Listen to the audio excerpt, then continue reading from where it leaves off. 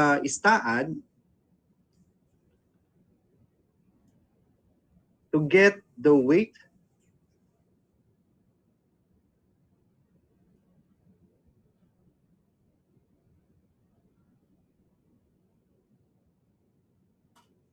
of each floor dun sa floor diaphragm, ma-output niya yung floor weight. So let's say at elevation 4.5, 1598.88. So kopyahin ko to, saka itong 1129.71. 1598.88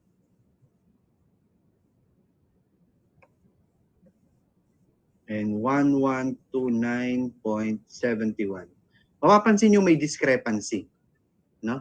May ito yung floor weight per elevation, tapos iba yung output ng seismic weight, right?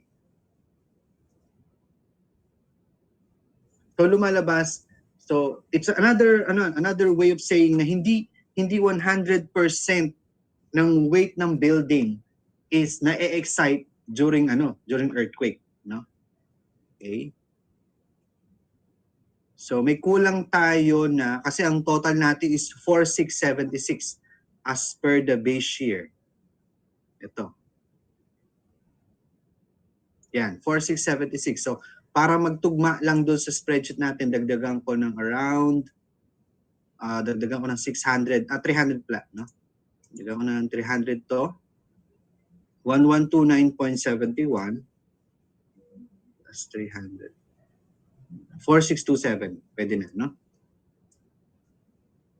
Okay. And let's proceed sa another problems.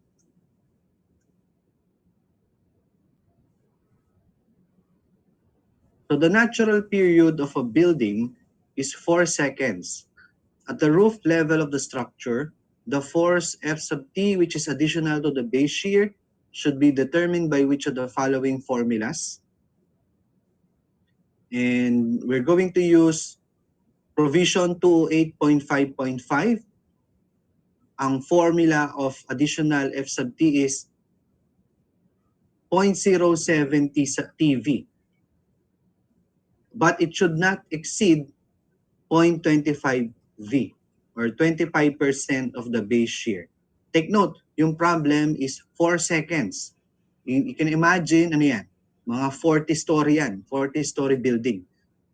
And mapapansin nyo, yung provision ng F sub T is nilalagay lang siya sa mga building na ang period is more than 0.7 seconds. So, 28.5. Wait lang ha. Ito natin. 208.5. Ito. F sub T. 0.5.5. Yan po. Vertical distribution of force, there will be an additional concentrated force at the top in addition to the horizontal force, no, per floor, no, pero at the top lang to, no. Ang provision na yan is considered kapag ang period is 0.7 seconds or more, no, kasi zero siya kapag less than 0.7 seconds yung period ng building. Okay? So dito papasok yung concept ng dynamic analysis, no? Kasi sa mga high-rise building, no? Sabi nga natin, nag-go-govern na sa mga high-rise building yung mga higher modes, no? Na kasi ang mode 1 kasi, no, if you as an advanced info, pag ganun lang siya, no? Yung mga higher mode medyo iba na yung shape, no? And nag-occur 'yon sa mga high-rise building. Sa mga low-rise building, 4-story, 3-story, madalas mode 1 lang ang okay na, no? In fact, itong static method natin is the assumption is translation lang yung behavior ng building natin such that mode 1 is prevalent or dominant sa mga low rise. That's why ang static analysis is applicable for low-rise building, di ba? Kapag may provisions sa NSCP, kapag 20 meters above na yung building, magda-dynamic analysis ka na. E ano ba ang 20 meters? Mga 5-story, no? Mga ganun, 5-story above. Okay? So ito, 0.07 TV. So yun yung effect ng higher modes. Okay? Okay, so substituting the formula 0.07 times 4 seconds, you will get 0.28 V. So which is greater than 0.25 V, but it should not exceed 0.25 V. So 0.25 V governs. Okay, next, a structure consists of a special moment resisting frame.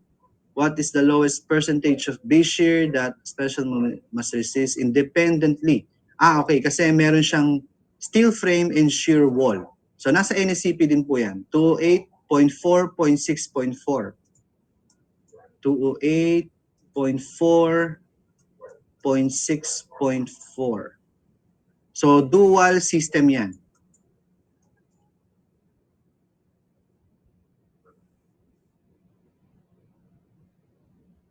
Yan. 0.6 po yan. For dual system, structural system with the following features. So naka-indicate the moment resisting frame shall be designed to independently resist 25%, okay, of the design base shear. Okay? So naalala nyo, sabi natin, most likely pag mga mid-rise building and up, may shear wall na. So may shear wall ka na, may moment frame ka pa. So dahil pasok siya sa dual system, kailangan mo i-design yung moment frame to resist at least 25% ng base shear. Because by stiffness, no? By stiffness, alam naman natin kanina sa mga sample problem, ang nag-a-attract ng base shear is yung malalaki ang stiffness, di ba? Okay? So, having a shear wall sa building mo, siya yung mag-a-attract ng base shear. However, dahil nga sobrang stiff niya, may tendency na lahat ng base shear, say 90%, 80%, mapunta sa kanya.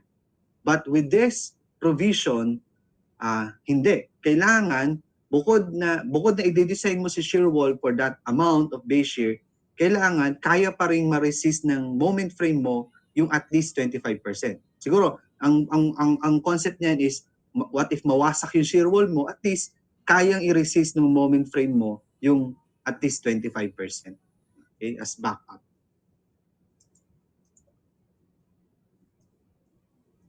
So, ano yan?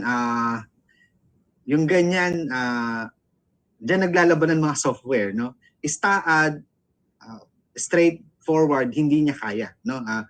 Pero lalaruin mo yung model mo to do that. So, yung mga specialty software like ETABS, RAM, which is another software ni Bentley, kayang gawin. No? Lalo na yung RAM pala, yung RAM. ETABS ano pa rin nilalaro pa rin lalaruin mo yung stiffness. No? Sa RAM, may capability siya na to induce 25%. Next is ito. Another problem about resonance. Okay?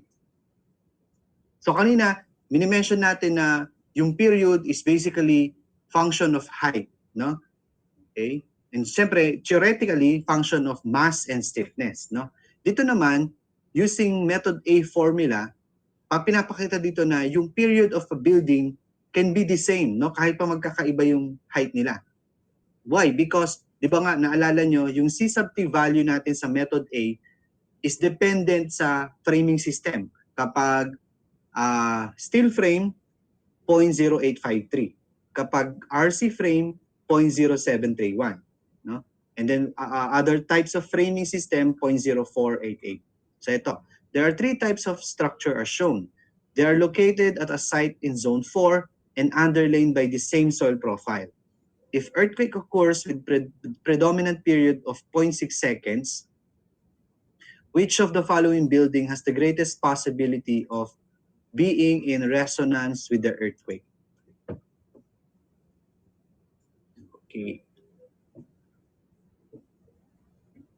So next week yung sa dynamics, kasi resonance is about ano yan eh, equation of motion yan, no? So we can derive yung epekto ng resonance, no? May graph yan eh, no? So okay. Pero dito since static pa lang tayo, given naman yung period 0.6 seconds. So tingnan natin yung period ng mga structure. So yung structure number 1, concrete shear wall bearing wall system. So that's ano yan, other types of building, no? 0.0488. Then yung height niya is 28.4 meters. Yan, using the formula method A.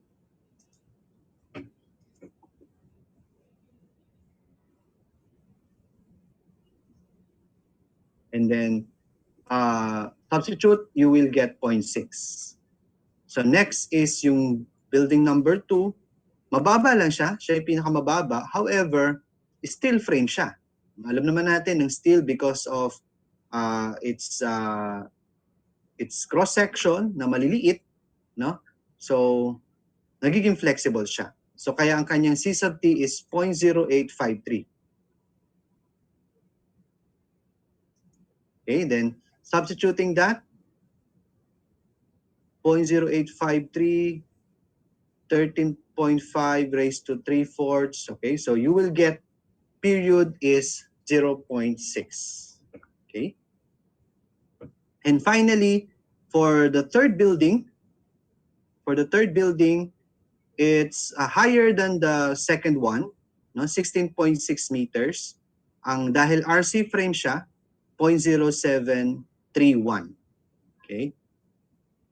Then substituting, you still get 0.6 seconds. So ibig sabihin, no, lahat ng building na yan will be in resonance dun sa ground motion natin. No? So ibig sabihin, yung concept kasi ng resonance, pag nag-equal yung period of structure dun sa ground motion, no, frequency of the ground motion or the period, mas ma-amplify yung deformation.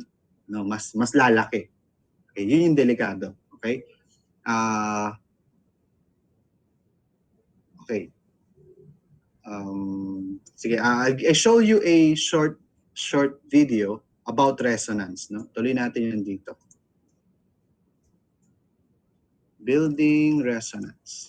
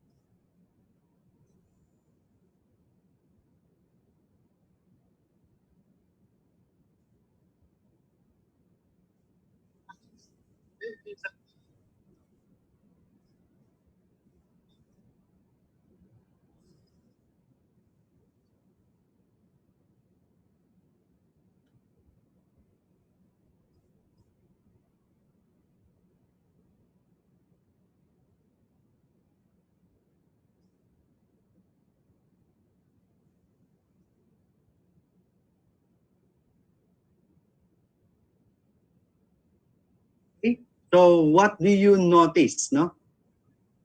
Nung binilisan niya yung shaking, okay. So binilisan niya yung shaking, okay, first shake ng mabagal, no? So saan nag-resonate? Sa tallest building. Remember, period, okay? Uh, high period, okay? So yung frequency niya, okay, mababa din. So nagre-resonate, okay? Binilisan pa niya, no? So nag-increase yung frequency. Again, mid-rise building, siya na yung nag-resonate. And then, yung pinaka-extreme frequency, sobrang bilis, no? Nung ground motion, no? Remember, frequency is reciprocal of period. So the period is also very short, no? And which is typical for low-rise building. So nag-match yung kanilang period. So that's why may resonance. Okay? And which is consistent with the NSCP here, the response spectra here. See? Okay? So you have a high acceleration for low-rise building because their period is relatively smaller compared to high-rise building. Okay? So mas mataas yung acceleration nila of the low-rise building.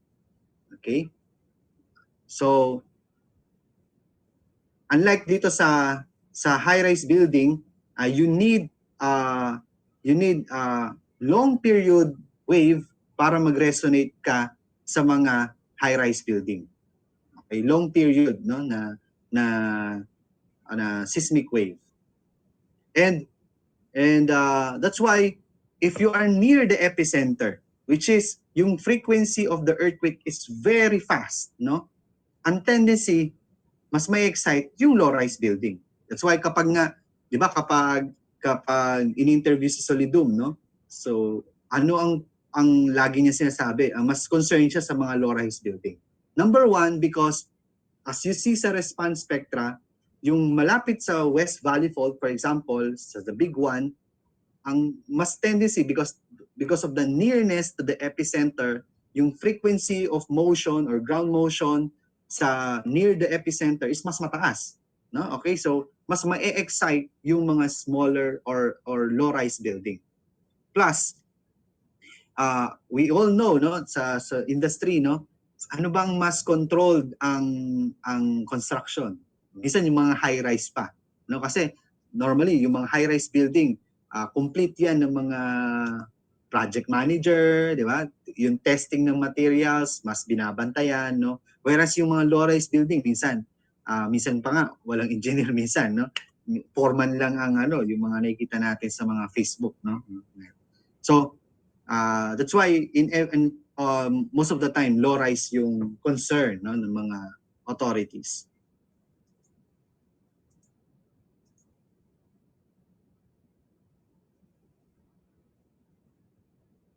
Okay, next is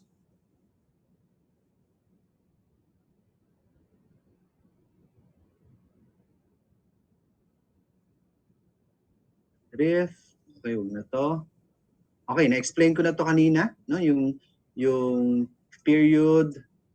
Okay, I think let's now proceed sa vertical distribution. Earthquake. So definitely overtime tayo nito, no? Kasi ano talaga, no? Alam naman natin, static base shear discussion, 1 semester yan, no, sa undergrad, no? Okay. Okay, ano po na? Drift. Okay, so drift. So an 80 feet or 24.4 special moment resisting steel frame with 8-story has a fundamental period of 0.7 seconds. For NSCP, what is the maximum allowed design level response displacement total story drift? So as per NSCP 208.5.9.2, ang formula natin is delta M 0.7 R delta S. So yun, 0.7 R delta S. Drift. Here. Yan. So determination of delta S, so the formula is 0.7 R delta S. Okay? 2015, yeah, 2015 na yata to. Tingnan nyo yung definition, no? The maximum inelastic response displacement, no, shall be computed as follow: 0.7 R delta S. Naalala nyo? So balikan natin, no? Let's proceed here. This is the response spectra. Now I said this is the elastic response spectra. So meaning this is true, that curve is true if the response of the building is elastic, right?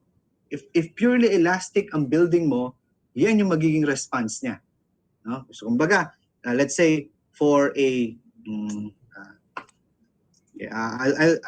let's do a complete response spectra, no?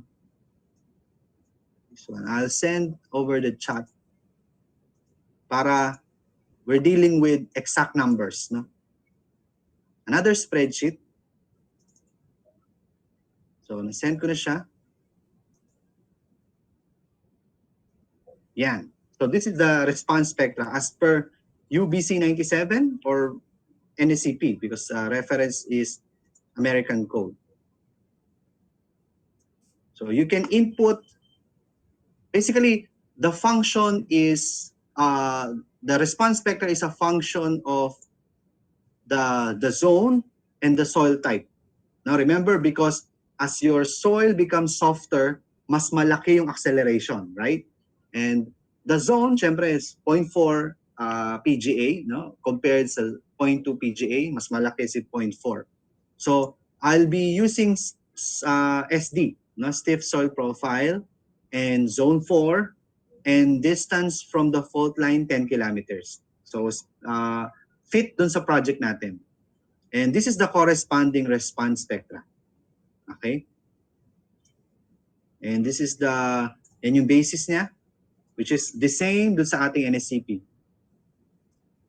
So, with this, you can, right away, we can now explain na yung 1 second, teka, i-ano ko lang, i-check ko. Yan. So, yung boundary nila is 0.7 seconds. Which is what? Which is consistent dun sa provision kanina ng F sub T. Di ba yung F sub T? Yung additional concentrated force, kapag ang period mo is above 0.7 second, meron kang additional concentrated force. Kasi with that response spectra, it shows that beyond 0.7, may possible na mag-govern yung higher modes. Kasi ibig sabihin, nagiging flexible na yung building. Ibig sabihin, tumataas na yung kanyang period. Okay? And so, ang boundary natin is 0.7 seconds. So roughly, yung Vmax natin will cover yung mga 0.7 second structure, which is mga 7-story. Okay? And you will notice, again, so if my period is 0.7 seconds, say 7-story, it shows that yung spectral acceleration ng 7-story na yon is aabot hanggang 1.1 G. Can you imagine that? No? 7-story, pag sinubject mo siya sa 0.4 G PGA, pwede siyang mag-vibrate, no? Yung top niya up to 1.1 G. Ganun ka taas yung acceleration, 1.1 G. So imagine that, no? Then as I explained earlier, we were able to reduce that, no? Where's that? So this is the elastic. And elastic. Now, because we incorporated R value in our base shear formula, so na-reduce yan into, say, this amount, something like that. Okay? So if this is elastic, what do we now call this? This is what we call inelastic. Right? So from 1.1 G, bababa yung ating spectral acceleration into say 0.1 something up to 0.2 G something. Okay?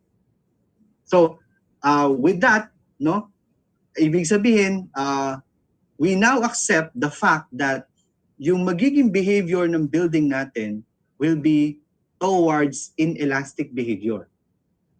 No? And even dun sa picture kanina ng ductility, yung presentation ko kanina, that's not an elastic behavior, right? Ito. This one. Right. Yan. Elastoplastic behavior. Ibig sabihin, hindi purely elastic yung building natin because yung mga members natin will undergo plastic stage. No? Magkakaroon nga ng plastic hinging. So therefore, consistently with this concept, dahil binaba natin yung yung response spectra natin, we are now expecting our building to behave inelastically during the design earthquake. Yan, no? Because we expect na mabubugbog yung natin, no? Yung cross section ng members natin during the design earthquake. And again, ano ba yung design earthquake natin? So punta tayo sa definition of the design earthquake. Yan, the design basis ground motion is the ground motion that has 10% chance of being exceeded in 50 years. No? So, it's a probability of 10%, no, of being exceeded in 50 years. So, if we transform that into a return period, that's basically 475 years. No? Ang shortcut formula ko dyan is 50 divided by 0.1 because 10%. So, that is what? 500 years. Okay? 500 years. So therefore, in a typical building, we are designing for an earthquake that will happen statistically once every 500 years. So ganun ka rare yung earthquake na inaasahan natin. That's why that's the concept of the code, no? That's why parang sabi ng code is let's design our building for a lower base shear because that base shear or that design ground motion is just once every 500 years. It will be uneconomical kung if we will be designing our building for a purely elastic behavior. So lalaki yung cross section mo pag purely elastic behavior. Kasi nga ang laki ng base shear mo, no? So it will be uneconomical if we will design our building for a purely elastic behavior during a design earthquake that will happen once every 500 years, statistically. Okay, that's why we now adopted a lower base shear and expect our building to behave inelastically during that design ground motion, which happens once every 500 years. But we should make sure na ductile siya. No, the concept is make it ductile, earthquake resistant, but never collapse. Yun yung pinaka-goal ng code natin. Never collapse, no collapse. We allow for damage, no? We allow for damage. We allow the cross section to behave on a plastic stage, no? So except but never collapse. Okay?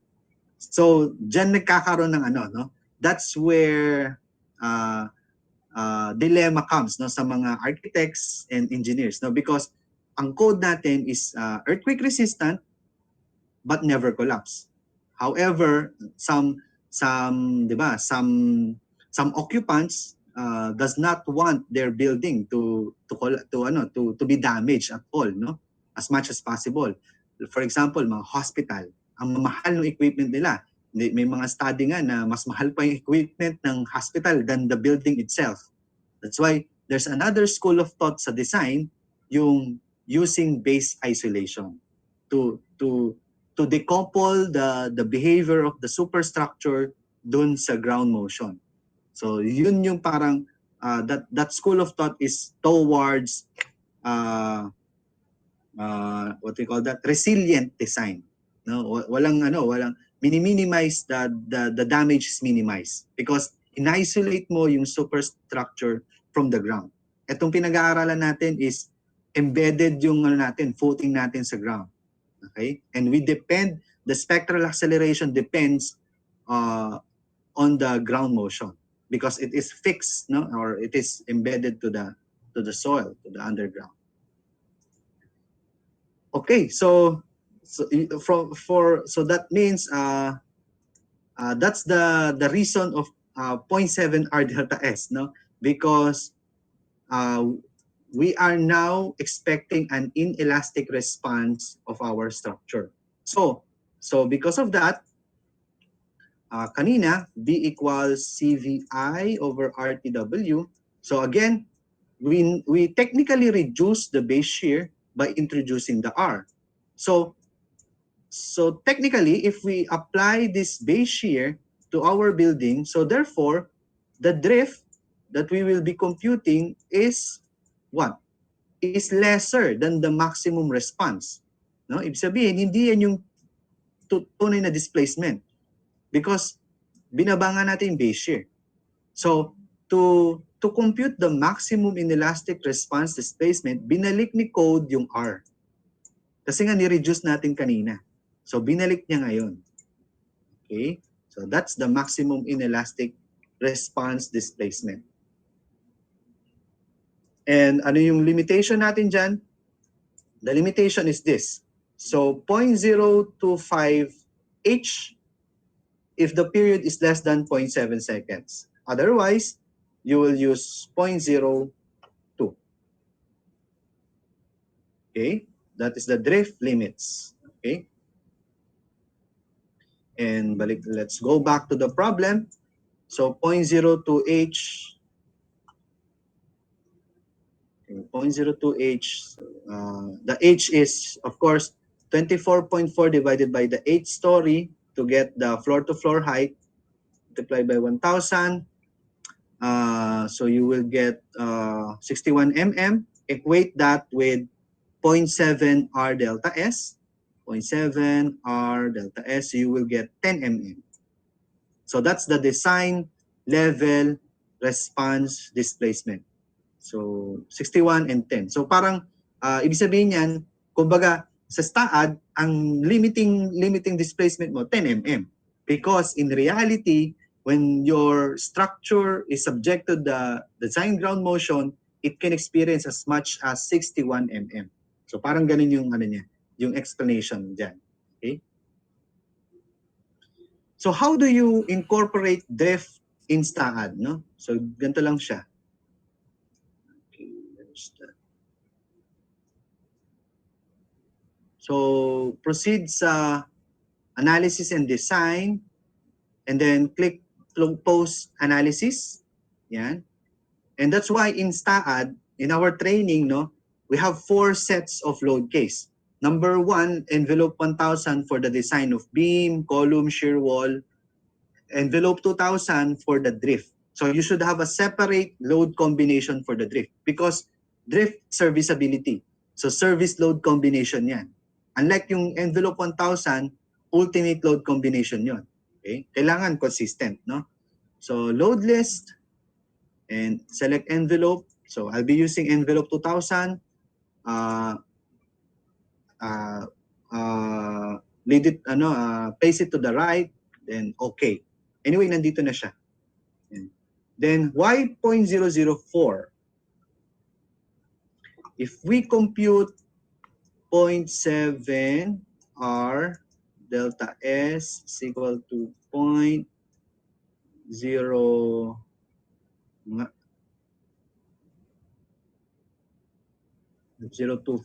Yeah.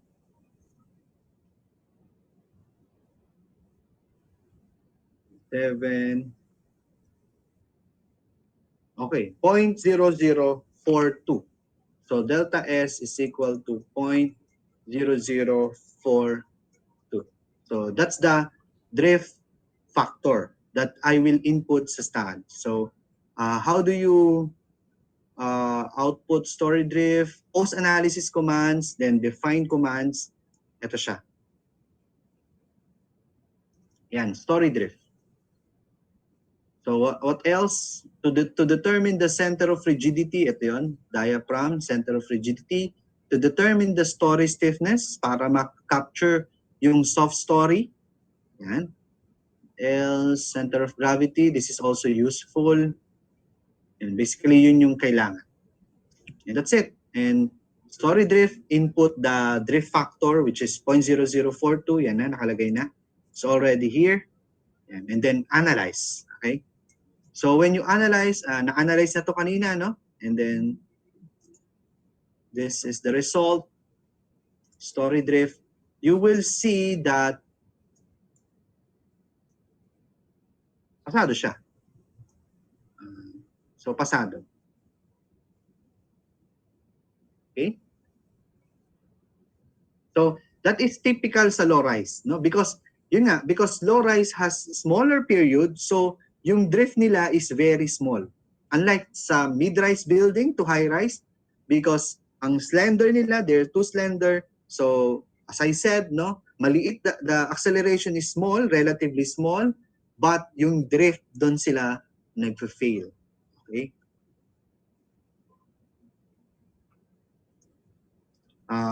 Mamaya papakita ko yung sige, I'll show you a sample building that fails in the drift.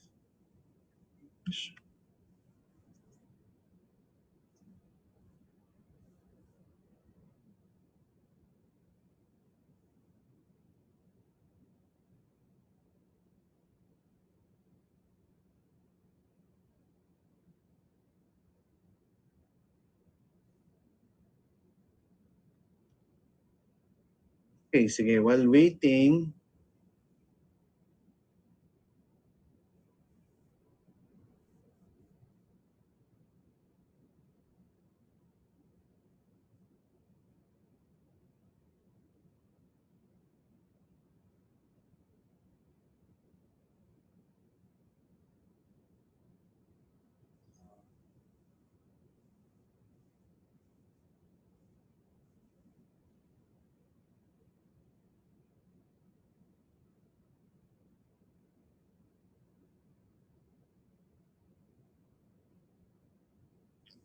let me check 3D rendering. Yan. So this is a mid-rise building, no shear wall. And analysis.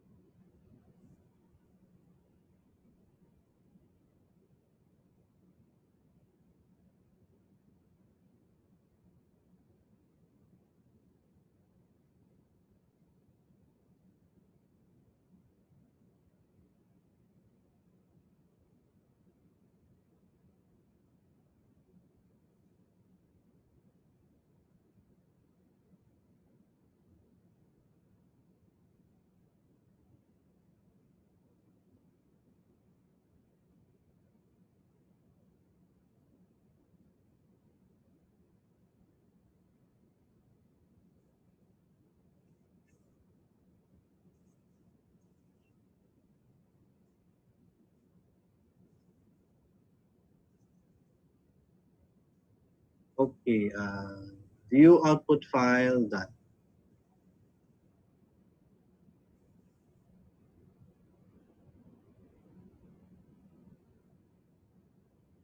So story drift. So this is 0.00336 because ano niya? Ang period niya is more than 0.7 seconds. Okay? And so you will see pasado siya, no? From the base, but at elevation 4.6, failed na siya.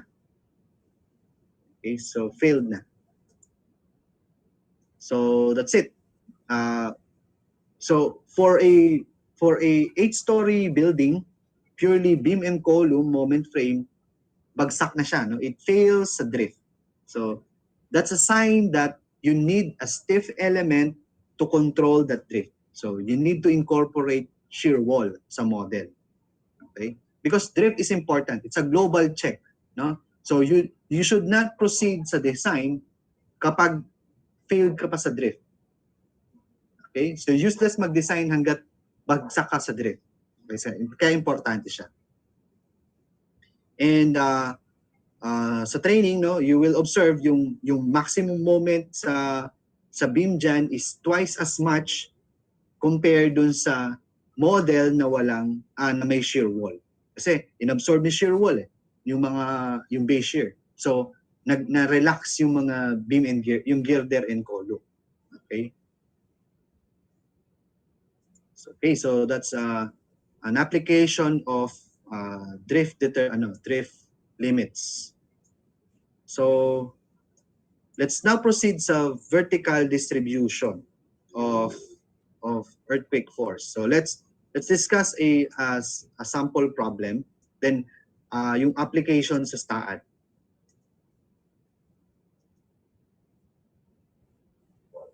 A three-story hospital in Manila with a special moments resisting steel frame has a calculated design base shear of 444.28 kilonewton. The tributary dead loads of each story, including walls, are given in the following. And what is the distributed base shear at the roof level? So, ano yung base shear dun sa roof level? So, the height is 3 times 4.6, 13.8 meters. Base shear is 444.82 kilonewton. And this is the period, CTH raised to 3/4. Since this is a steel frame, C sub T is 0.0853. Height 13.8, so you will get period of 0.6 seconds, which is less than 0.7. So remember, pag less than 0.7, wala tayong additional F sub T. So zero siya, no, as per 208.5.5, which is expected because low rise siya. No? Now, formula for vertical distribution is Fx V minus Ft Wx Hx summation of Wi Hi, which is here. Dito yan, no? Nako, nawala.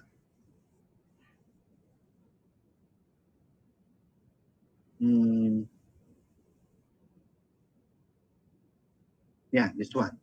So, yan yung formula. No? V minus Ft Wx Hx summation Wi Hi. Okay? So, gawin lang natin is tabulate lang, no? So, tabulate per level, 3, 2, 1. Then find the height from the ground. So, this is 4.6.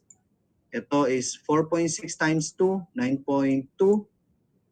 And roof level, 4.6 times 3, 13.8.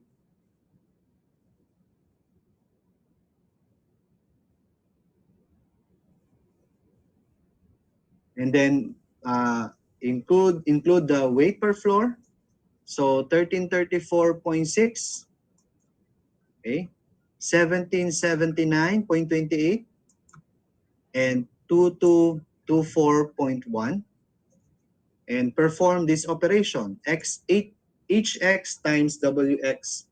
This times this is this times this is this. And then find the summation and apply this formula. So the base shear, 444.82 minus 0, yung F sub T, times yung HX, WX ng roof level. Ito. And then the summation. Okay? And you will get 181.98 kilonewton. Okay, so if uh, we will sorry.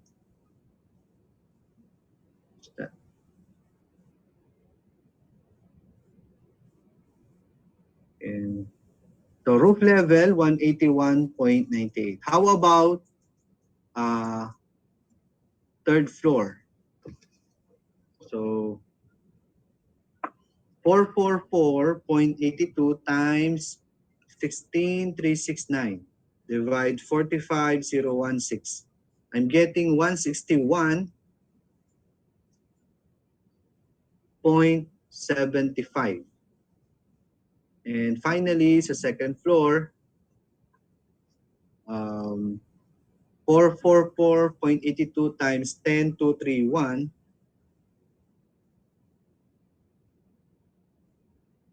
and 101.1. So makikita nyo yung trend, increasing siya.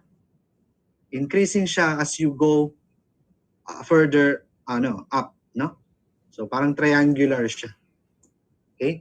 Which is typical, no? Again, as I said, which is expected for low-rise building because the governing mode is mode 1. Okay? So let's do the same sa STAAD, no? Okay, so doon lang tayo sa low-rise, no? Apply natin. Okay, nakuha na nga pala natin, no, yung weight per floor natin, no? Which is ito na. Okay? Then nandun na yon sa spreadsheet natin. Ito sa ilalim. Okay, that's it. So meron na yung vertical distribution. F sub t, nagkaroon siya because inedit ko pala to, no? So, gawin natin 9 ulit. Ayan, 0.38. So F sub t is now 0. Height, so that is 3, 6, 9. Yan. And delete. Yan. So that's it. Yan na yung ating vertical distribution. May konting discrepancy kasi 605 yung base share natin. Now you will see sa second floor, yung pinakamataas 282.7. Then sa third floor 210.8. And then sa second floor 105.4.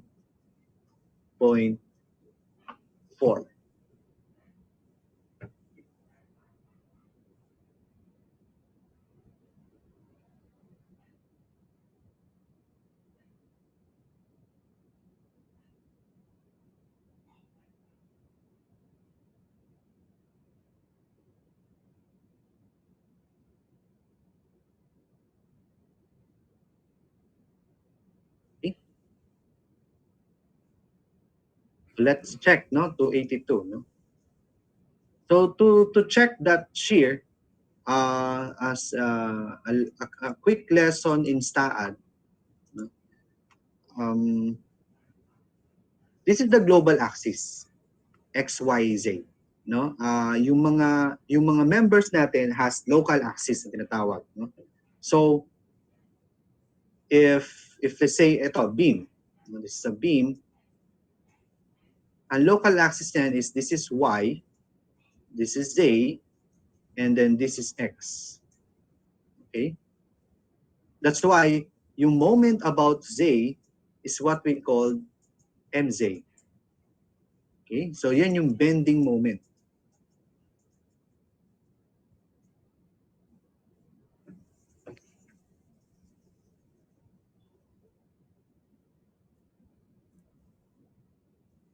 Okay? And then yung axial is Fx because it's along the X direction.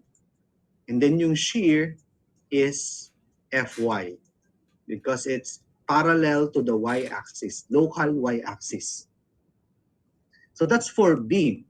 Ano ba yung magre-resist ng base shear natin? Diba? Similar dun sa mga problem natin earlier, yung column. No? I mean, siya yung ultimate destination ng base shear na yan. No? Sa column, no? Per level, no? Per level. So, let's have a vertical member. Yan. Okay, so this is important, no? By default in STAAD, yung global Z, which is pointing here, is parallel to the local Z. Yan, by default, no? Now, kung yan yung local Z, so perpendicular to that, yun yung local Y. Right? So, right-hand rule, so this is now X. Okay? So, therefore, in a column, ang kailangan natin sa column is the axial, of course, Fx, and then yung dalawang moment, Mz and My. Right? For the design, for the design. Now, since base shear to, earthquake shear, lateral force, so let's say investigate natin Ex. So kung Ex yan, ang resistance ng member mo is also opposing to that direction, pag ganyan. Right? Negative X. No? Which is what? Anong force yan dito sa column? Parallel to local Y, which is now we call Fy. So we will get the reaction or the member forces Fy of each column to verify yung vertical distribution of base shear. Okay? Sige, I'll give you 5 seconds to to reconcile everything, no?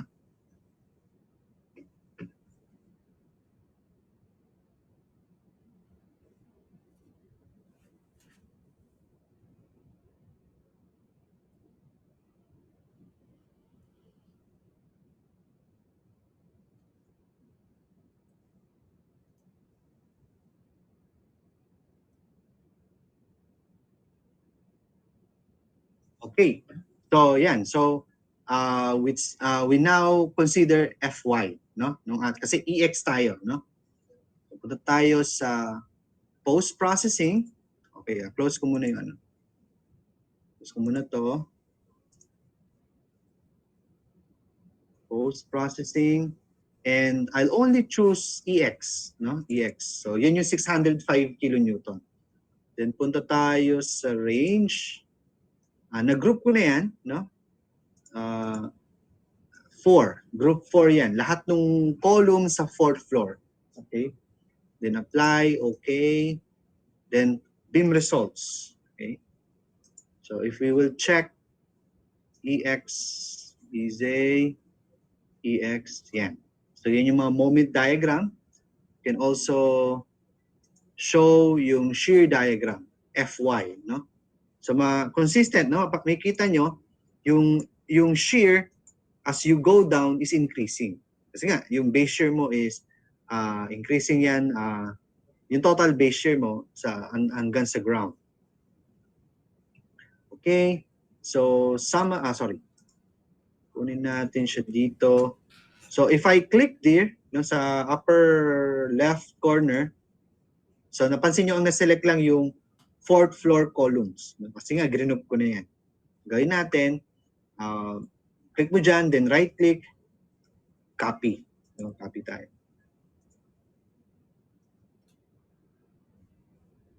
This is siya dito. And again, sabi nga natin, Fy ang kukunin natin. No? Fy. So, eliminate ko lang yung mga negative.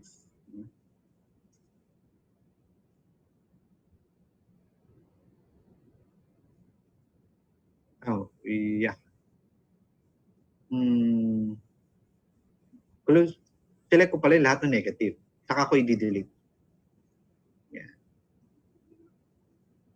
Okay. Yan. Then, sum up natin yan. Equals sum of all the shear. Yan. So, nakita nyo, yung total shear sa lahat ng poste at the 4th floor level is 250 kilonewton, which is what? Almost near dun sa 280. Kasi nga may discrepancy sa base shear, no? And then sa weight per floor. 280 to 50 kilonewton. So it means yung vertical distribution natin manually is using this spreadsheet is consistent with what STAAD is getting. Okay? So kung gusto niyo ma-verify naman sa 3rd floor, so i-add niyo yung dalawa. Equals this plus this So, ang shear, total shear mo naman doon, 493.5 kilonewton. Okay? Yan. So, we're done with the vertical distribution.